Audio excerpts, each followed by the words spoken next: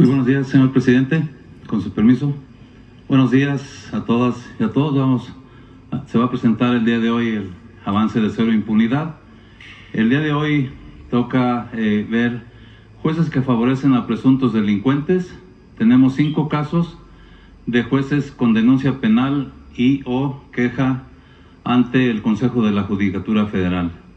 8 casos de jueces cuyas resoluciones fueron impugnadas por el Ministerio Público y algunas resueltas favorablemente por el Tribunal de Alzada. 8 casos de magistrados y jueces que ante la comisión de delitos graves se oponen a la aplicación de la prisión preventiva oficiosa como medida cautelar. Y por último, el caso del secuestro, tortura y asesinato del hijo del poeta y activista social Javier Sicilia. Adelante. El primer caso del juez de control en Querétaro, Eduardo Alberto Osorio Rosado. Su actuación ha motivado la presentación de una denuncia penal en su contra por el delito contra la administración de la justicia y 2 quejas ante el Consejo de la Judicatura Federal. En 52 de sus resoluciones que han sido contrarias al Ministerio Público, 29 determinó no vincular a proceso penal, en 11 ordenó cambio de medida cautelar para sustituir la prisión preventiva oficiosa, en 6 calificó de ilegal la detención, en 4 declaró sentencia absolutoria y en 2 ordenó la reclasificación del delito. La mayoría de los delitos juzgados son del fuero federal, tales como posesión de armas de fuego, tráfico de personas, hidrocarburos, contra la salud y robo al autotransporte. De los 52 casos, 16 de sus resoluciones han sido revocados ya por un tribunal de alzada. Adelante. Siguiente caso, el juez de control en Coahuila, José Luis Hernández Hernández. Su actuación ha motivado la presentación de una denuncia penal y 2 quejas ante el Consejo de la Judicatura. En relación con el caso de la tragedia en la mina El Pinabete en Sabinas, Coahuila, en la que quedaron atrapados 10 mineros, el juez Hernández Hernández decretó la no vinculación a proceso de 2 imputados por el delito de explotación ilícita de bienes nacionales. Además, el 7 de julio decretó el sobreseimiento en favor del acusado Luis N., socio de la empresa minera, quien ya se encontraba vinculado a proceso. El Ministerio Público solicitó que el juez se excusara de conocer el caso por intereses personales, situación que fue reconocida por el Tribunal de Alzada, y el 22 de agosto dicho tribunal determinó que un nuevo juzgador retomara el caso. Adelante. Siguiente es el juez de control en Guanajuato, José Jesús Rodríguez Hernández. Por su actuación se han presentado 2 quejas ante el Consejo de la Judicatura Federal. De 80 de sus resoluciones, 39 casos determinó no vincular a proceso penal, en 34 calificó de ilegal la detención y en 7 declaró sentencias absolutorias. Todos los casos están relacionados con delitos graves como acopio de armas contra la salud o delincuencia organizada. Se le han hecho señalamientos de excederse en sus competencias al modificar penas solicitadas por el Ministerio Público en procedimientos abreviados. En audiencias públicas ha emitido expresiones ofensivas contra los fiscales por no solicitar menor tiempo de castigo a los acusados. Siguiente. Es el juez de control en el Estado de México, Daniel Ramírez Peña. Su actuación dio inicio a una queja ante el Consejo de la Judicatura Federal, ya que el 29 de junio del presente año dictó sentencia absolutoria a favor del exmagistrado Isidro Abelar Gutiérrez, quien en 2011 recibió 3 depósitos por más de 12 millones de pesos, los cuales no correspondían a sus ingresos laborales. De sus resoluciones, en cuatro casos determinó no vincular a proceso penal, en 2 casos calificó de ilegal la detención y en un caso declaró sentencia absolutoria. En el 2019, el exmagistrado Abelar Gutiérrez fue señalado por el Departamento del Tesoro de los Estados Unidos de tener vínculos con el Cártel Jalisco Nueva Generación. El 20 de febrero de este año le fue confirmada su destitución como magistrado de la Suprema Corte de Justicia de la Nación.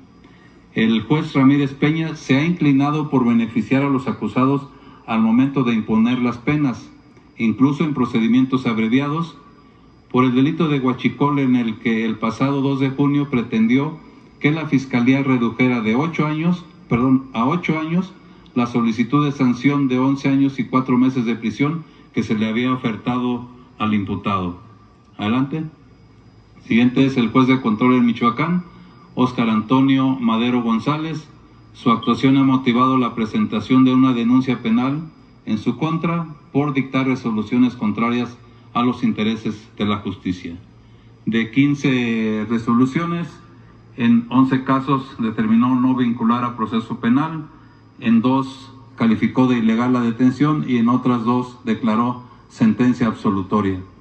Destaca el caso en el que se investigaba a un hombre por el delito de proporcionar datos o avisos falsos ante el Registro Federal de Contribuyentes, mintió al SAT. No obstante que se le presentaron las pruebas suficientes, decidió resolver a favor del imputado. Adelante.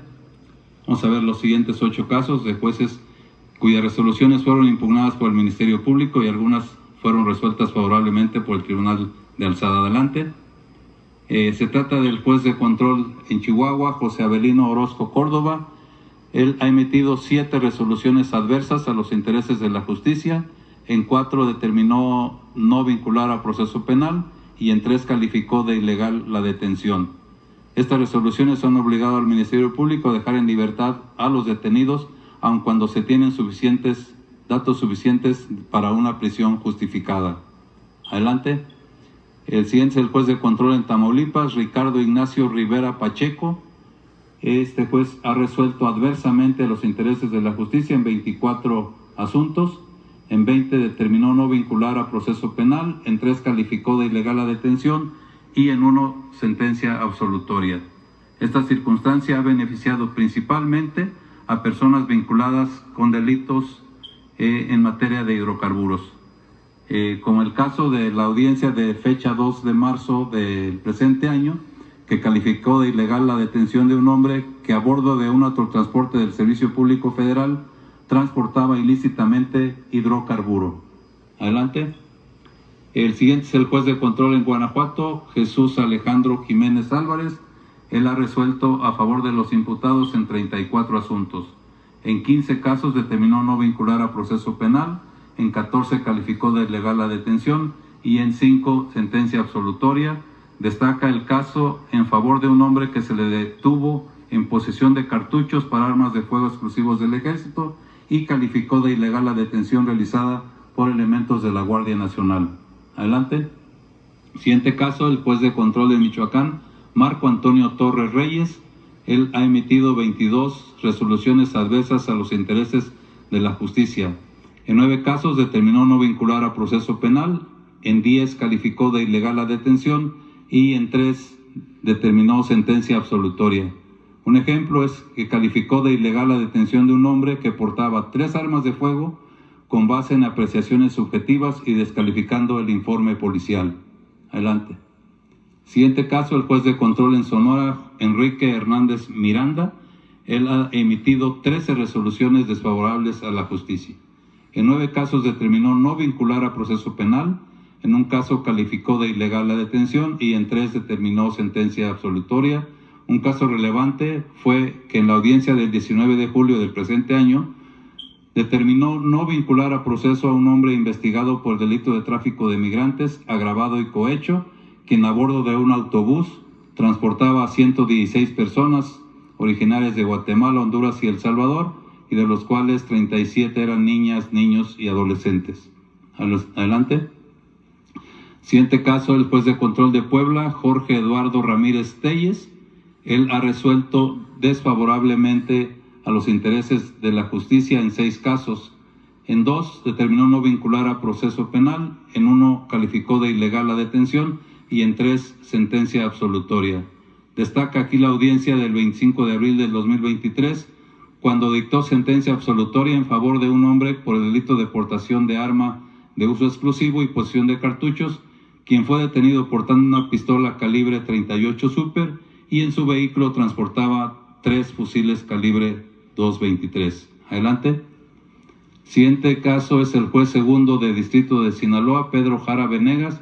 Él concedió la suspensión provisional para que se devolviera un inmueble en cuyo interior se había asegurado un laboratorio para la fabricación de narcóticos. Esta determinación fue recurrida ante el tribunal colegiado, quien determinó ilegal la decisión del juez Vargas Venegas. Adelante. El juez siguiente es el juez cuarto de Distrito de Amparo en materia penal en Nayarit, Francisco René Ramírez Marcial. Él concedió un amparo para la devolución de una aeronave que en su interior se habían localizado drogas y dinero, sin notificar a la autoridad responsable y ordenando el cumplimiento sin reservas de dicha sentencia.